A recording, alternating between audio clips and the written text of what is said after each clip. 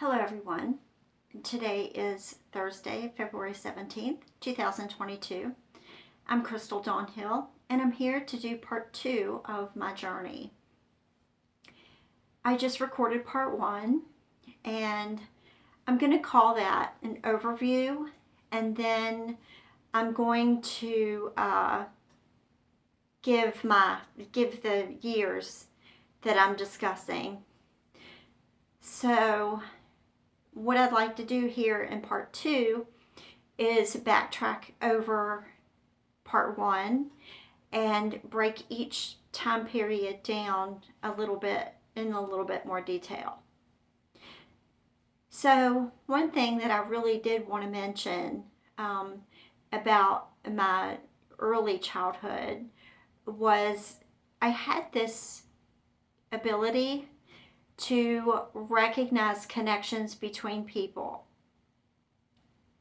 The reason I'm backtracking and sharing this is because it becomes kind of a theme of my whole life and of my own personal journey, as well as my influence on other people.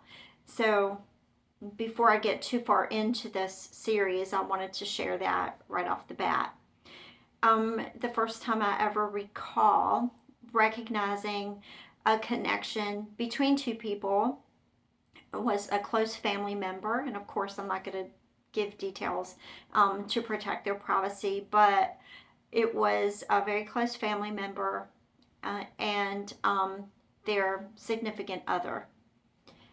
And I saw something very special between them, and I always felt like they were destined to be together.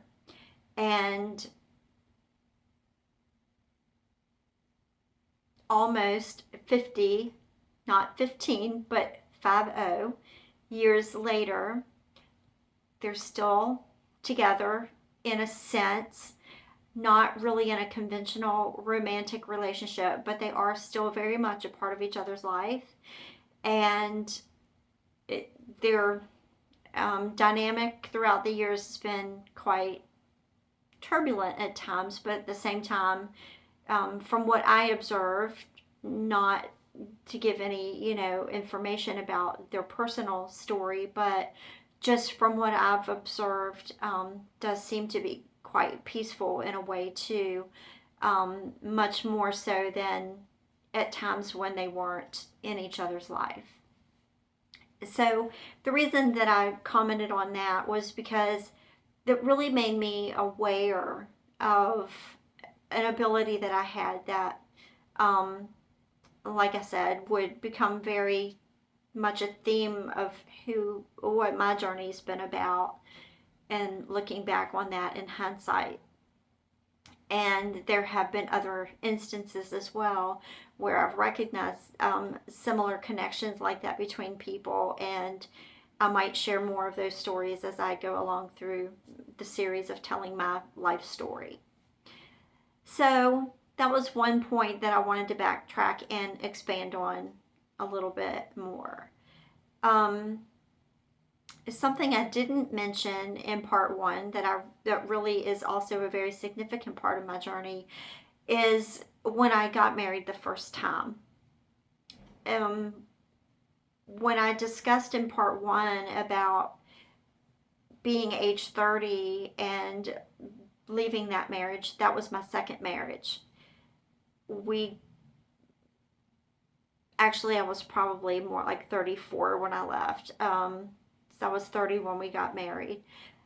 My first marriage took place when I was 17, and that relationship played a very influential role in my journey as well, that I'll go into more detail about. So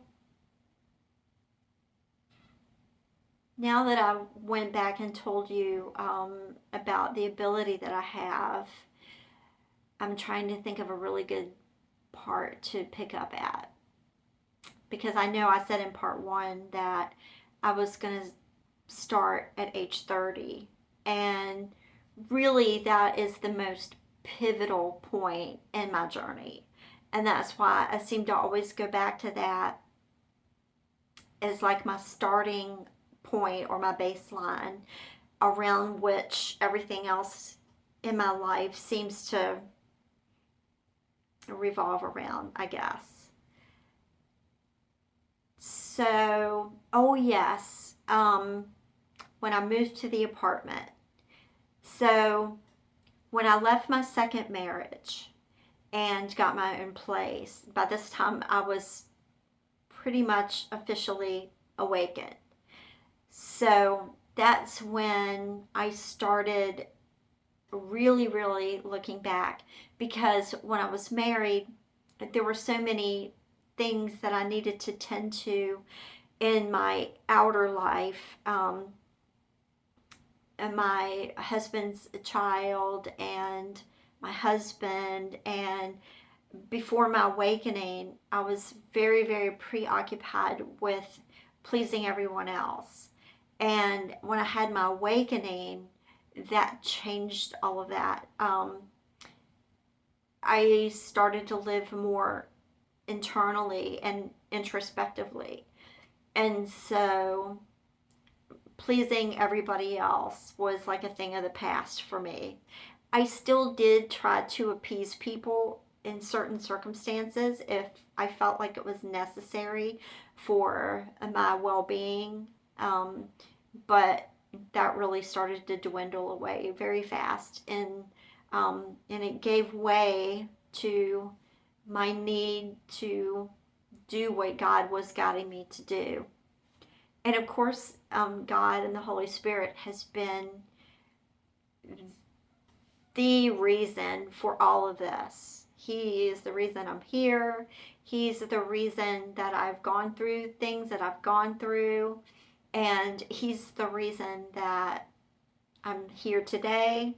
And He's the reason that I've made the choices that I've made throughout all my life. And just like I explained in I keep saying part one. This isn't going to be part two.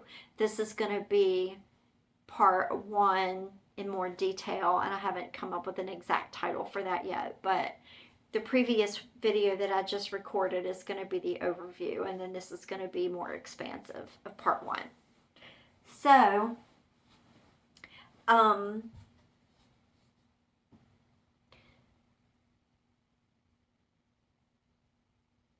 when I moved to the apartment, that is when most of my first onset of mystical experiences really started to take place. When I looked up ascension on the computer and I found the term twin flame, I really identified with that concept. And I had symptoms of what it means to be a twin flame. And I sort of correlated all of those symptoms with someone that I had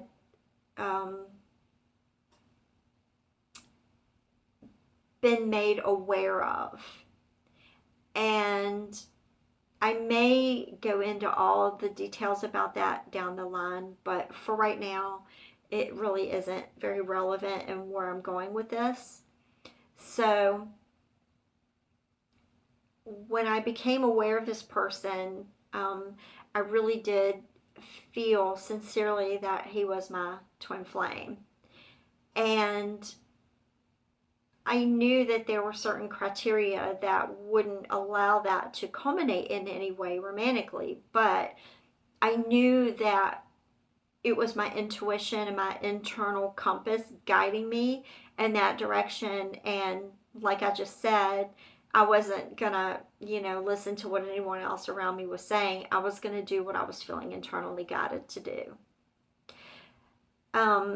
Another big thing that happened just prior to me going out on my own in 2002 was that I had this insatiable curiosity about everything spiritual.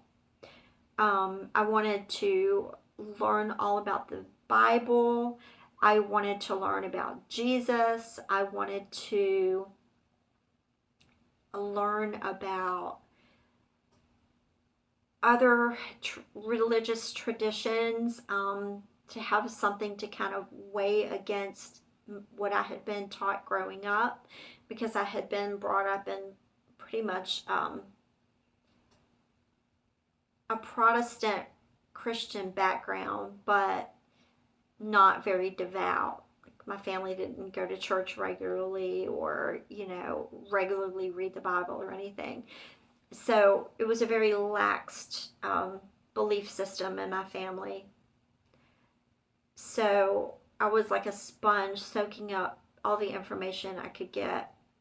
I also had visions about, and I had mentioned in the first part that I had started to notice that I had more abilities. And one of those abilities was I was having a lot of visions. I was envisioning my soul group, not faces, of course, because I didn't yet know the people, but it was like in my mind's eye, I could see a big cloud of energy, and within that big cloud of collective energy, there were individuated energies that I could sense. And I would later meet some of those people, so I think that's quite interesting. Um, so when I was still with my second husband, it was very difficult to really go inward, because even when I would have moments to myself, they would get interrupted by phone calls or things that had to be done around the house, or, him um, calling on me to do this or that or whatever. And I didn't want to leave the marriage. I just really truly needed to be on my own in order to explore the depths of this new facet of my inner being that I had just discovered. So, when I moved, my neighbors were wonderful. My life was pretty good. I mean, it was a very modest little apartment, but it was mine, and I could, eat and sleep when I wanted, other than, when I had to work. But on my downtime, I could do pretty much what I wanted. And I stayed busy, doing my laundry every week, and, tending to family members and stuff like that. But for the most part, I was good. But then about a year later, um, a lot of crisis hit my family. My dad got diagnosed with a terminal illness. My brother had a severe stroke and was hospitalized for a few months. And so I was really getting pulled in a lot of different directions. And it was like, I had made this decision to take care of me for the first time in my life. And because I was new at it, I didn't know how to deal with things pulling me back into that old lifestyle and mindset. And so I just unconsciously went back into that people pleasing mode, where I was setting my own needs and desires aside in favor of taking care of everybody else. And I don't regret that for one moment, because my family needed me, and I'm grateful that I was able to be there for them. It was just kind of a shame, because in the and simultaneously, I suffered. I suffered emotionally. I don't really want to say psychologically, but probably I did to some degree. And my energy was constantly being drained, and because no one else in my family was energetically balanced or awake.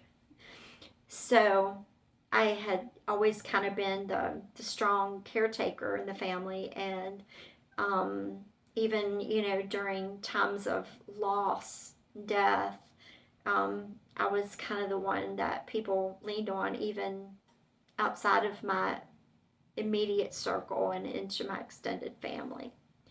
And again, that's wonderful. That's fine. I'm grateful that I am that person. It's just, part of the spiritual journey for us to go through these different phases where we, have new awarenesses about ourselves all the time. So once I got settled in my apartment and things started to get back to normal, I started using all of my days off to at least spend a couple hours each day outside in the yard writing in my journal. And I started really having some interesting experiences. And I should go back and tell a little bit more about the beginning of that part of my journey where I moved into that apartment, because that's actually why I started telling you about thinking that that one person was my twin. Because when I moved in, when I went to look at the apartment, I knew that the maintenance guy was supposed to meet me there to show me the apartment. And I pulled up to the in front of the building, and this guy was standing on a porch, and he was drinking a cup of coffee. And 7-Eleven and 7-Eleven coffee had been significant for me during my awakening. And when I saw him with the 7-Eleven, no, I beg your pardon, he didn't have the coffee cup in his hand. He left, and when he left, and I saw him drive off, my heart sank. And I was like, I'm never going to find out who that was and why I felt connected to him. So I kept sitting there waiting for someone that looked like he would be the maintenance guy. And this guy that had been standing there and left came back. And he stood on the porch with his 7-Eleven coffee cup. And that's when I was like, whoa. And I knew what his name was. I intuitively knew that his first name was the same as the guy that I thought was my twin. And it blew my mind. It was like, how did I know this? I have never seen this man before in my entire life. How do I already know what his name is? And so I kept sitting there waiting for, an older man in a pair of work pants and a uniform shirt. And he never showed up. And I was supposed to go to work that day. And it was actually Columbus Day. And I didn't realize how busy our store was going to be when I got there. But I knew that I needed to, take a look at the apartment and get going to work. And so I walked up to this man and I'm like, do you happen to know where the maintenance man is? And he goes, that's me. So I'm like, okay. And I knew he hadn't told me what his name was, but I needed to know what his name was. And I'm like, what is your name again? And when he said it, I could have fainted. It was just, I was right. It was the same as the other guy that I thought was my twin. So he showed me the apartment. We chatted a little bit, and I went on to work, and my manager was a little bit upset because I was probably 15 or 20 minutes late, and it was really busy that day. And I'm like, oh my gosh, I'm so sorry. If I realized it was a holiday, I would have scheduled the meeting with the maintenance guy on a different day. So that was just the beginning of my mystical experiences after I moved there. And my apartment wasn't in an apartment building per se where you walk in a main lobby and then go to your apartment. It was individual doors, like little cottages. So we had a really nice courtyard to sit in and do things. And it was in town, but it was like backed up to a wooded area. And so we had little wildlife down there and everything. And I always felt like it was kind of enchanted. And so I loved sitting outside and, watching the birds and the squirrels and everything. It was always really nice. And when I would sit outside and I would journal, I would notice little nuances about my surroundings that I had never really picked up on before.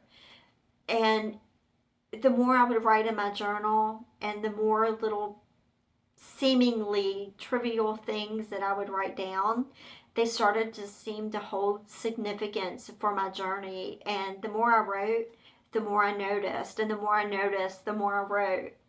And one of the most poignant things that I ever noticed in nature was one morning I was sitting out really early and the sun was coming up and there was still dew on the grass.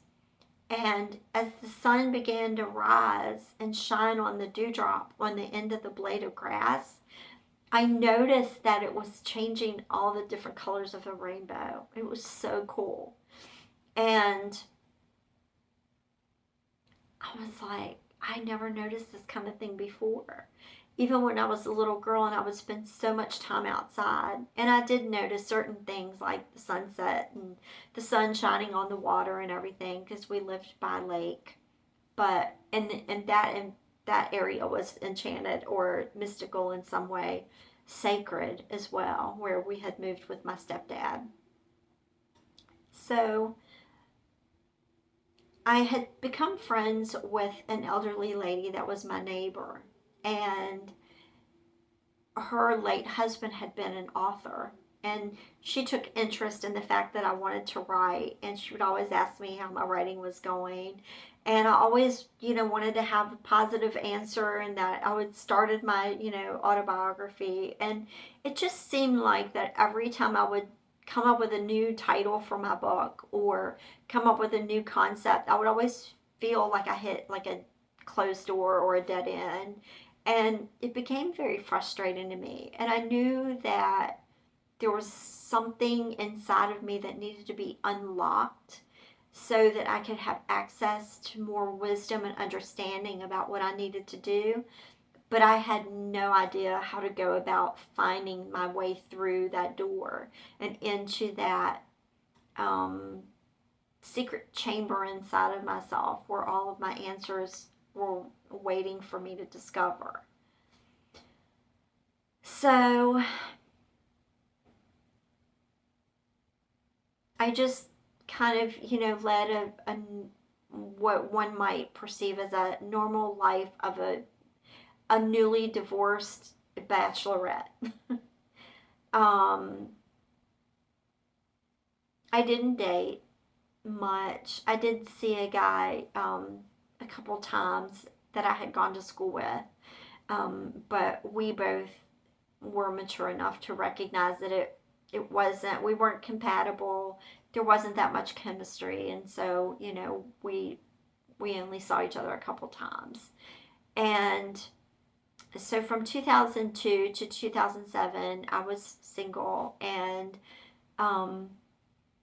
just working my full-time job and you know hanging out with friends sometimes and spending time with my mom and that kind of thing. But other than that, it was just go to work, come home, have something to eat, go to bed, and do it all again tomorrow. The only thing that was kind of out of the ordinary about that period of time was this maintenance guy and I got very well acquainted with each other. Not romantically or anything, just on a personal, like a casual level. And I would visit with him sometimes and learn things about his life and things going on with him. And I would share things about myself. And I told him about my spiritual journey and everything. And we did have a heart connection, but I wouldn't find out why until many years later. And that's really an interesting thing for me as well that I want to make sure I point out later down the line in this series, as to why I felt so connected with him. So the only other thing that I want to talk about in this video, and then this will conclude part 1 and I'll move on to part 2 for the overview for part 2, whatever that ends up being, The only thing I do want to talk about this evening is when I left my mom and stepdad and got married at age 17. So the marriage really wasn't something that I wanted. I just wanted to get out from underneath of the dysfunction that I was in the midst of with my mom and stepdad. And there were a lot of unpleasant things, and I'm not here to do this series to talk about private details about anyone in my life. I'm only here to share my journey, and more specifically my spiritual journey and how my spiritual path led me to my twin flame journey and ultimately to my divine partner. So that's primarily what this whole series is about. It isn't about me giving away private information about anyone in my life, only about my personal journey. So that's why I'm not going to go into detail about things to do with other people. I'm only mentioning other people as they play a role in my particular journey. So when I was 17 and I got married, it wasn't love. It was the need to be independent. What I didn't realize was that I still wasn't going to be independent being married. I thought I was. I was very much in my ego, very much wanting to be in control, um, and very much trying to play the role of the dominant person in our relationship. And that didn't go over real well for me. He was okay with it for a while, but because of um,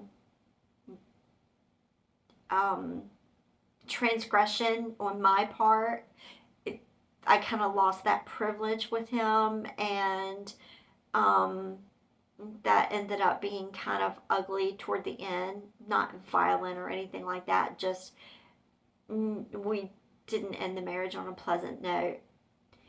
But the reason I'm talking about my first marriage is to talk about some mystical experiences that I had during that time.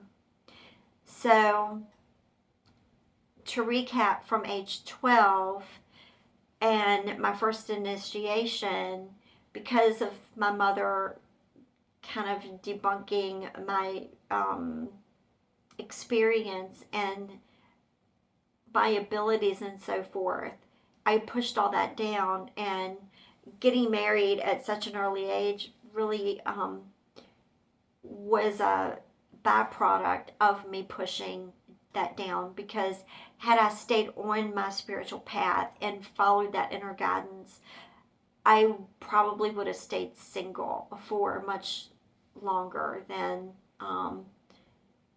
it, than most people would get married. You know, like I might still be single, who knows? But anyway, I after I had gotten married the first time, when I was home by myself, I noticed that I would look out and see the sky, and there seemed to be this presence in the air that was trying to speak to me and get my attention. And in a way, I found it disturbing or disconcerting, but in other ways, I found it very comforting, because while I didn't want to give that presence much attention, because I had been so ingrained with the idea that it wasn't real, I didn't want to give it any of my attention. At the same time, it felt like it was that same presence that came to me at age 12 and asked me if I wanted to follow him or my mom. And I was grateful that that presence had stepped back into my energy field, because I didn't feel alone when I felt it calling to me. And so I started following it again in a way. And one of the most beautiful mentors I ever had, I met him a few years after my marriage at age 21, and he was my piano instructor. And he is a very elderly man. He was very lighthearted and jovial and pleasant. And we would always chat after my piano lesson, and I enjoyed that so much. And I hope he's in heaven looking down on me right now and knowing how much of a significant role he played in my life, of making me feel safe and comfortable and appreciated and loved. And it was almost like he was a human representation of whatever that energy was that was calling to me. And there's so many vortexes in that neighborhood. He was my neighbor. He lived just up the road from me. There's so many vortexes in that neighborhood that are created by everything that I had going on at the time. And I still return to those vortexes and tap into them. Vortexes, I'm sorry. Portals, I think, is what I'm referring to. I still go back in my mind and tap into the energy there and glean information and what they call nowadays is code. I get so much code from going back in my mind and revisiting different parts of that neighborhood, including the property that I lived on. So, going back to when I was married at age 18 and I started following this presence again, that's when I would really, really tune in and listen to what it was saying to me. And I started writing poetry back then. I didn't start journaling until, age 30 in 2002 when I moved to my apartment, but after my second marriage ended. But my first marriage, I started doing poetry and even writing a few lyrics to songs. But and that was only for my own personal cathartic reasons. It wasn't because I wanted to be, you know, professional or anything at that point in time. I didn't have that much confidence. So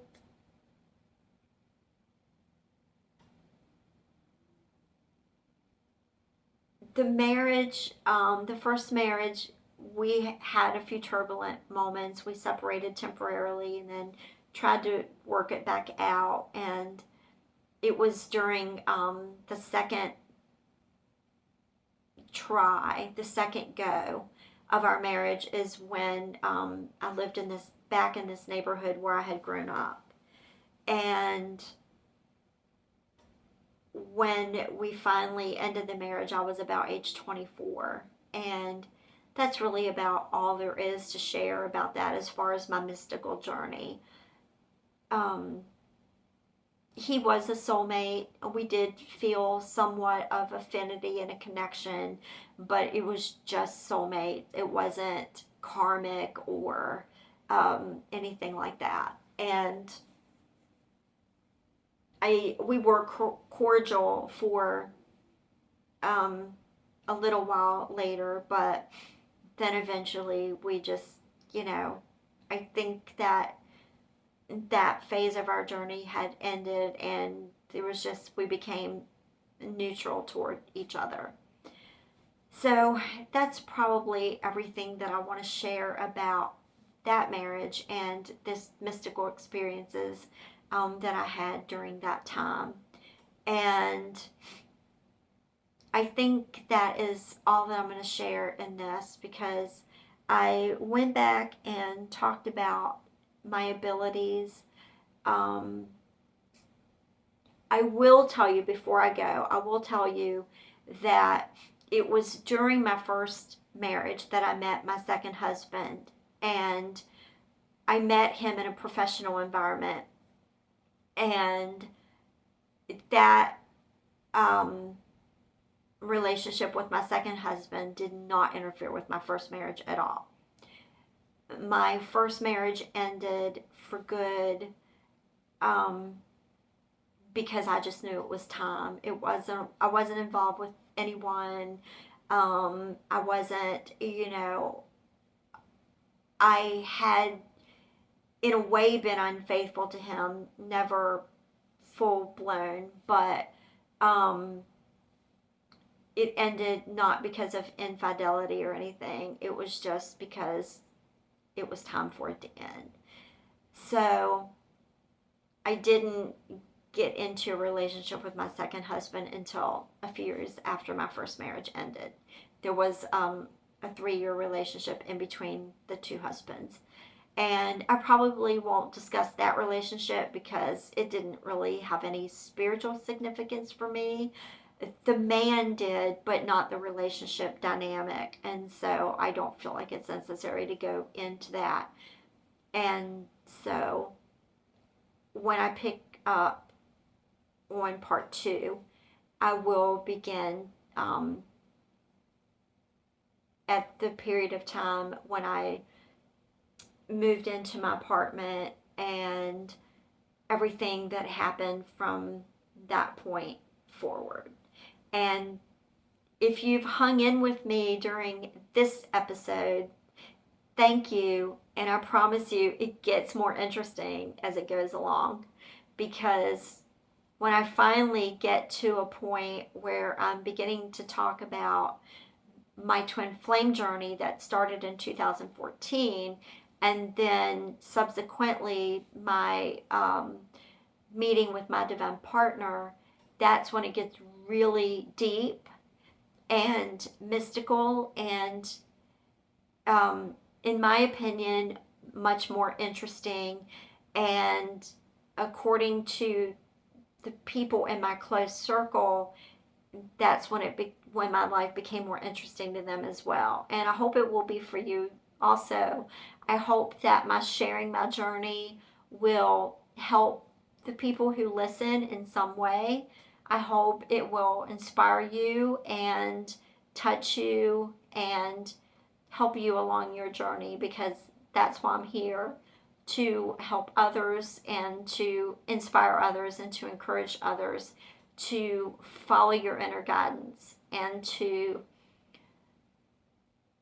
um, follow your heart and to always take the highest road and to always be looking for that next level higher that you can aspire to, because true love and true joy and bliss and peace is possible for us all. And we all have an individual road that we have to follow to get to that place in our life where we find that peace. And it, like so many people in this spiritual community have said, the journey home begins with one step, and we always have to take that step. And I'm so grateful that I did, and that I'm here even today through all of my turbulent life, to share my journey with you. And so thank you all so very much for following along. All the best to you on your journey, whether it's already begun, if you've already embarked on it and you're already very deep into it, or if you're just taking that first step. The very best to you always. Thank you so much and have a great day.